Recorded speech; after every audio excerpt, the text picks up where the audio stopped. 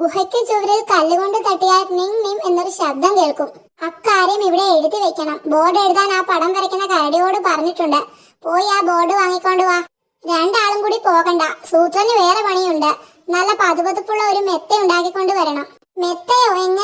എങ്ങനെയെന്നൊക്കെ താൻ തീരുമാനിച്ചോ. ബോർഡ് കൊണ്ടുവരാൻ ശരി പോയാൽ മതി. കുറച്ച് ചായവും വേറെ വാങ്ങണം. സൂത്ര, ബോർഡ് കിട്ടി.